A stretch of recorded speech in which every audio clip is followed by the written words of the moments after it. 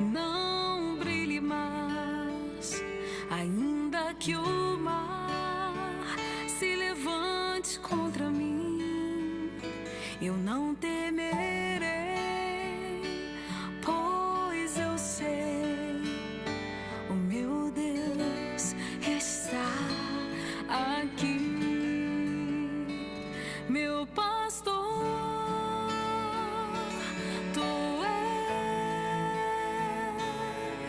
Nada faltará, nada faltará, meu pastor. Tu és, nada faltará, nada faltará, ainda que o sol não brilhe mais, ainda que o contra mim, eu não temerei, pois eu sei, o meu Deus está aqui, meu pastor, tu és, nada faltará, nada faltará. Meu pastor, tu és, nada faltará, nada faltará.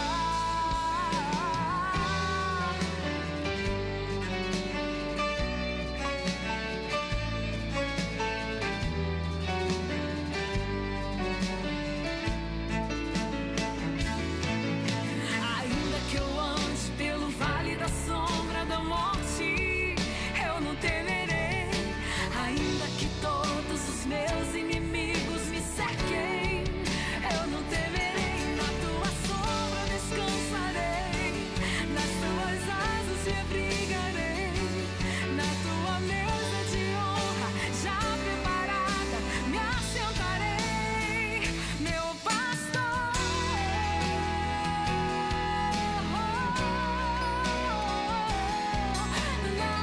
Nada faltará, nada faltará, meu pastor.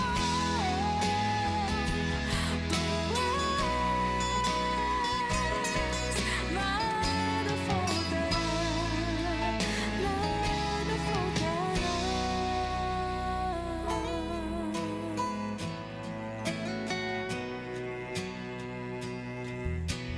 Nada faltará.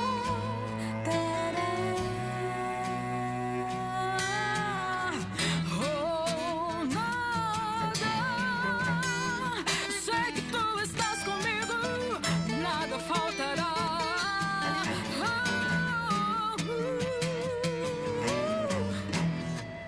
Benção! Gisele Dimene com a gente, é música Meu Pastor, do CD Meu Pastor.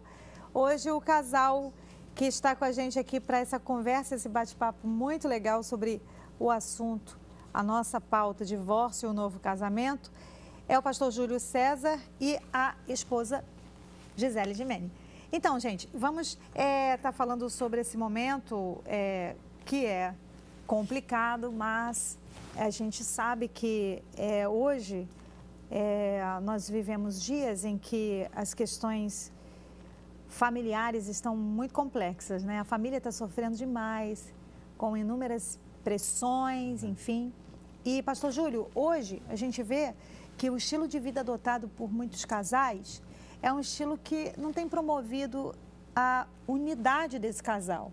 É um estilo que tem deixado com que esse casal fique cada vez mais, cada um distanciado um do outro, buscando suas próprias realizações. A coisa de realização do casal fica em segundo plano, quando cada um, em primeiro plano, procura suas próprias realizações. O senhor vê esse contexto como algum elemento assim que realmente favorece a que esse casal chegue um dos elementos, né? A que esse casal chegue ao divórcio? Com certeza, com certeza. Hoje a gente tem visto, assim, testemunhado assim, muito dessa questão assim, da parceria, em detrimento da cumplicidade.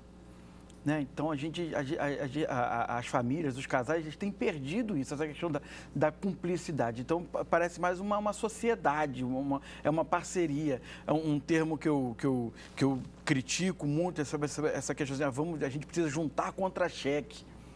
Né? A gente lida com isso, a gente ouve isso costumeiramente, tem que juntar. Como é que é isso?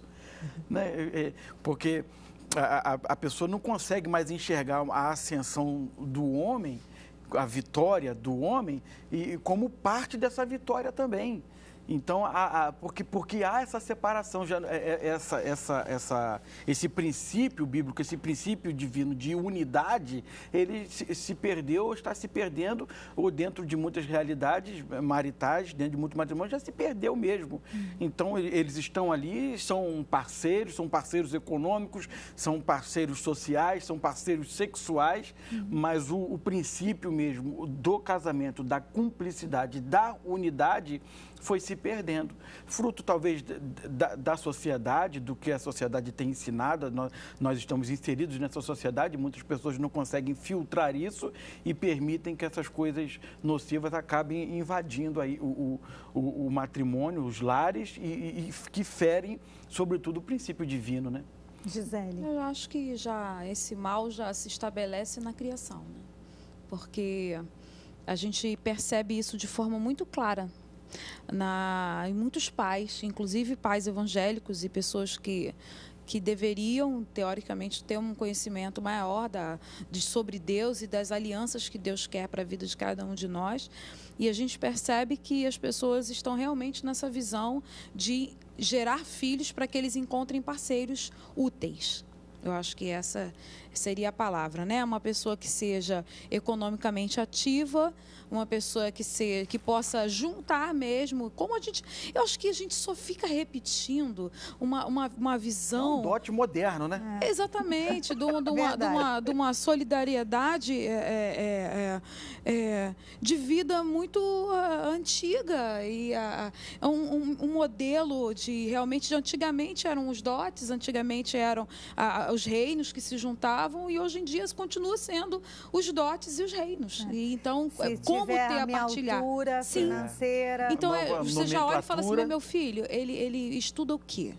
Né? Ele trabalha em quê? Quem é a família dele? Então, se essas respostas já são obtidas de cara, você já acha que seria uma boa pessoa para unir o seu filho ou a sua filha. Então, a partir dali, o que há de se pensar, né? Do restante, sobre uma aliança, sobre um amor verdadeiro.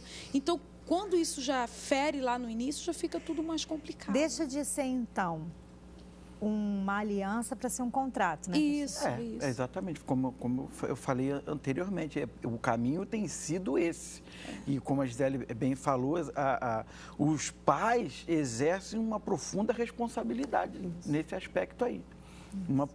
Tem uma grande parcela de culpa, porque mesmo que eles não consigam o objetivo, porque os pais têm um eu idealizado no filho, a semente já foi lançada. Já foi lançada no coração do filho. E aí, talvez 5, 10 anos, 8 anos, sei lá, aquela situação não está à altura, não correspondeu às expectativas, então não serve. E na luta pelo contrário também, né, Márcia? Porque para se contrariar essa expectativa dos pais, a pessoa não vai num sentimento do amor e da cumplicidade de uma verdade. Ela vai num contrariar. Então, assim, eu quero contrariar minha mãe, então eu me juntei a fulano de tal, que é completamente diferente daquilo que ela pensou para a minha vida.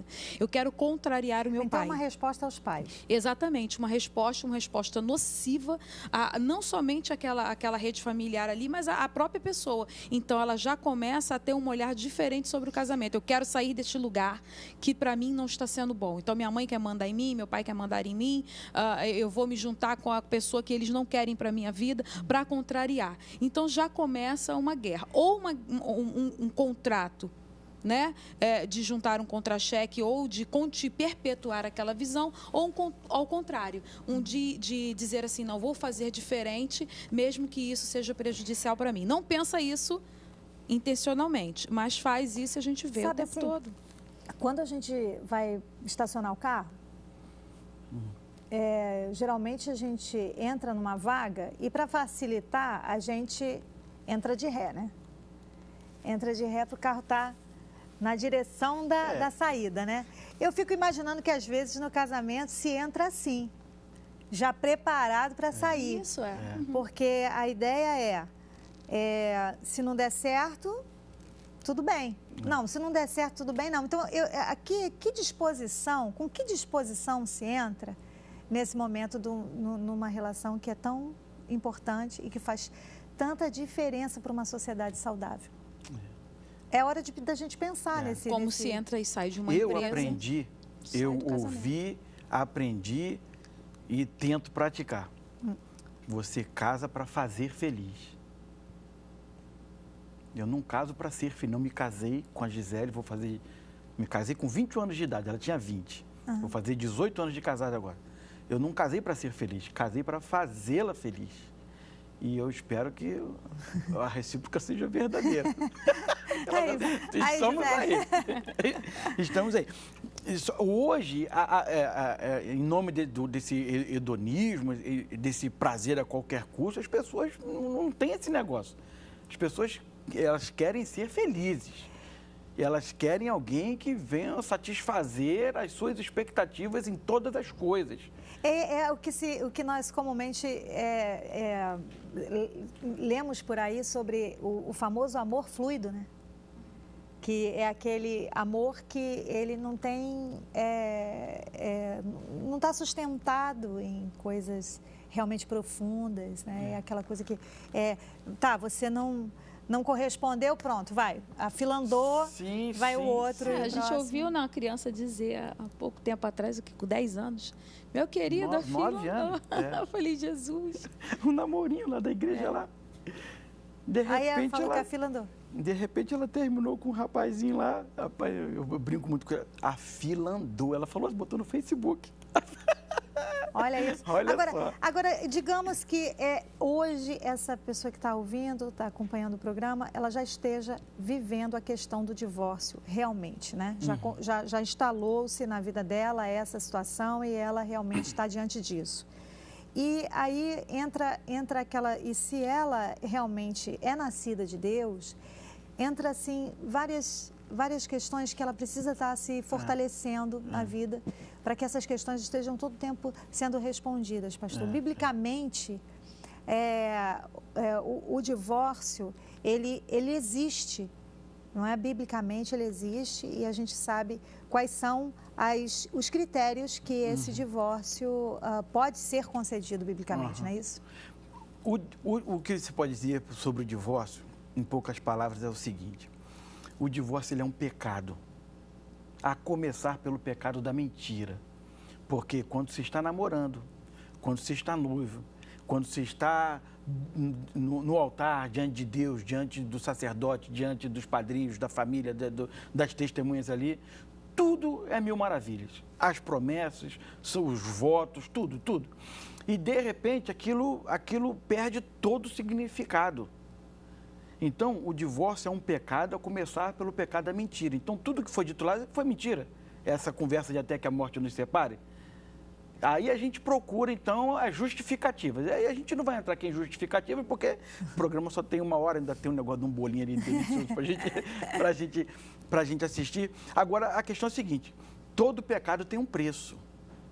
São 2 questões. Todo pecado tem um preço. O preço que a gente sabe que Jesus já pagou na cruz, perdoando o homem de todo pecado. Né? Sim, mas ele também não nos livrou das consequências. Não é porque Jesus Cristo morreu pelos meus pecados, se eu matar alguém, não vou para a cadeia. É uma consequência do meu pecado. Então, a gente sofre, a gente precisa dar conta e responder por essas consequências. O divórcio, ele tem as suas consequências. Com certeza. A financeira é a menor dela, a emocional e uma série de consequências. Então, é o seguinte, a gente tem que assumir essa responsabilidade. Tem que ter consciente disso. O assumir a responsabilidade, entendendo o tempo todo que nós temos um Deus que conhece cada história em específico e sabe exatamente como cada um chegou a uma situação como essa. Por isso é que essa questão do divórcio ela é muito difícil de ser trabalhada, entendida. Porque ela já era difícil para os fariseus, né? E eles criaram subterfúgios para a lei de Moisés. Foi isso que Jesus nos disse, Mateus, não é isso? Isso. Ele falou assim, por causa da dureza dos vossos corações, Moisés vos permitiu divorciar. Mas eu, porém, vos digo, né? E esse eu, porém, vos digo, o que Jesus está querendo dizer ali é muito profundo, é muito eterno, né? Aqui, o que Deus uniu, o homem não separe. Mas a gente sabe que existem violências domésticas, a gente sabe que existem violências sexuais, que são os casos de adultério. Inúmeras questões, né, Gisele? Que envolvem essa situação. Eu tenho certeza absoluta que nenhum de nós pode chegar para o outro e colocá-lo diante de uma faca e dizer assim, olha, você está errado, essa minha posição é a correta. Mas existe uma posição correta, sabe, Márcia? Existe algo que é imutável. Não sei se é a minha compreensão, se é a compreensão do pastor Júlio, se é a sua compreensão, se é a sua compreensão de casa, mas ela existe. E a gente precisa, através do Espírito Santo, buscar essa compreensão da verdade. Sabendo de que se fazemos algo de forma sem conhecimento, a palavra diz que nós não somos imputados sobre isso. Mas se o fazemos conhecendo, e você sabe que o Espírito de Deus testifica dentro do nosso espírito aquilo que é a vontade de Deus sobre nós, a gente sabe então o que deve ser feito e o que não deve ser feito. E uma coisa que a gente precisa entender é que hoje aqui, nesse assunto, a gente quer inspirar você a que realmente faça escolhas que foram escolhas já planejadas por Deus para a sua vida. Se você tiver que fazer agora uma escolha, que você hoje abra a Bíblia, procure a ajuda de quem realmente pode te ajudar, tem do Senhor inspiração, autoridade para te ajudar nesse caso, e tome decisões, mas decisões que estejam de acordo com a vontade de Deus, né, pastor? Porque muitas vezes a gente está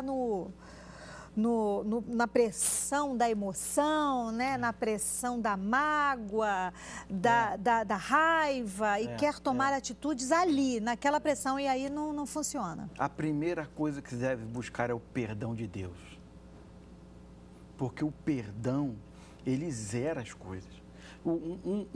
Uma das coisas que a gente, em gabinete, que a gente tem experimentado dentro das experiências, é o seguinte: as pessoas, elas, por uma série de motivos, elas se dão ao divórcio, mas elas não resolvem suas questões e trazem outras pessoas para a sua existência, sem essa questão passada estar resolvida. Isso é muito relevante. Isso aí, para mim, pastor, o nome disso é maturidade. Sim. Porque você não finalizou o que tinha que ser finalizado, não terminou o que tinha que terminar. Isso é má fé.